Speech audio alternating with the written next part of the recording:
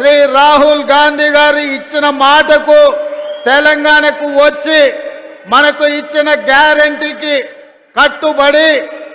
8 నెలలు తిరగకంటే ముందే తెలంగాణ రాష్ట్రంలో ఉన్న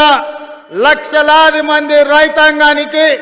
2 లక్షల రూపాయల రుణమాఫీ 31,000 కోట్ల రూపాయలను వారికి రుణ విముక్తులను చేసి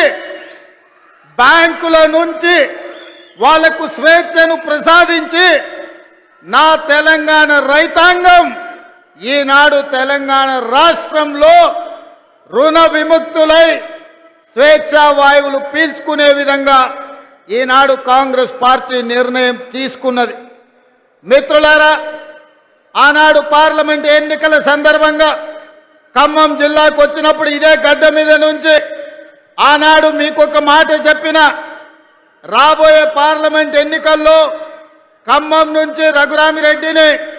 మహబూబాబాద్ నుంచి బలరాం నాయకును అత్యధికంగా మీరు గెలిపించండి, అత్యధిక మెజారిటీ ఇచ్చి వాళ్ళిద్దరిని పార్లమెంటుకు పంపించండి, భద్రాద్రి రామచంద్రుడు సాక్షిగా 15 ఆగస్టు లోపల తెలంగాణ రైతాంగానికి 2 లక్షల రూపాయల రుణమాఫీ చేస్తానే ఈ ఖమ్మం గడ్డ మీద నుంచే తెలంగాణ రైతాంగానికి ఆనాడు మాట ఇవ్వడం జరిగింది. కాంగ్రెస్ పార్టీ శ్రీమతి సోనియా గాంధీ గారి నాయకత్వంలో, మల్లికార్జున్ ఖర్గే గారి నేతృత్వంలో 2004 సంవత్సరం శ్రీమతి సోనియా గాంధీ గారు కరీంనగర్ జిల్లాలో తెలంగాణ రాష్ట్రం ఇస్తా అని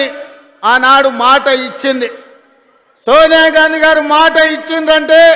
అది శిలా శాసనమే, సువర్ణాక్షరాలతో లిఖించదగిన మాట. మాట తప్పని మడమ తిప్పని నాయకురాలు శ్రీమతి సోనియా గాంధీ గారి మాట మేరకు జూన్ 2, 2014 నాడు తెలంగాణ రాష్ట్రాన్ని ఇవ్వడం జరిగింది. మరి ఆమె కుమారుడు మాట తప్పని వంశం నుంచి వచ్చిన గాంధీ వారసుడు శ్రీ రాహుల్ గాంధీ గారు మే 6, 2022 నాడు వరంగల్ గడ్డ మీద తెలంగాణ రాష్ట్ర రైతాంగానికి 2 లక్షల రూపాయల రుణమాఫీ చేస్తా అని మాట ఇస్తే ఈ వేదిక మీద ఉన్న నా మంత్రివర్గ సహచరులు, ముఖ్యంగా ఉప ముఖ్యమంత్రి ఆర్థిక శాఖ మంత్రి బట్టి విక్రమార్క గారు పట్టు వదలకుండా రాహుల్ గాంధీ గారి మాట నిలబెట్టడానికి లక్షలాది తెలంగాణ రైతాంగానికి రైతు రుణమాఫీ చేసి తీరుతామని లెక్కలు వేసి అంకెలు కూడి ఎంతమంది అడ్డం పడ్డా, ఎంతమంది కాళ్ళల్లో కట్టెబెట్టాలని చూసినా ఇయాలటికి ఇయాల 18,000 కోట్ల రూపాయలు ఇయాల రైతుల ఖాతాలో మనం వెయ్యడం జరుగుతుంది.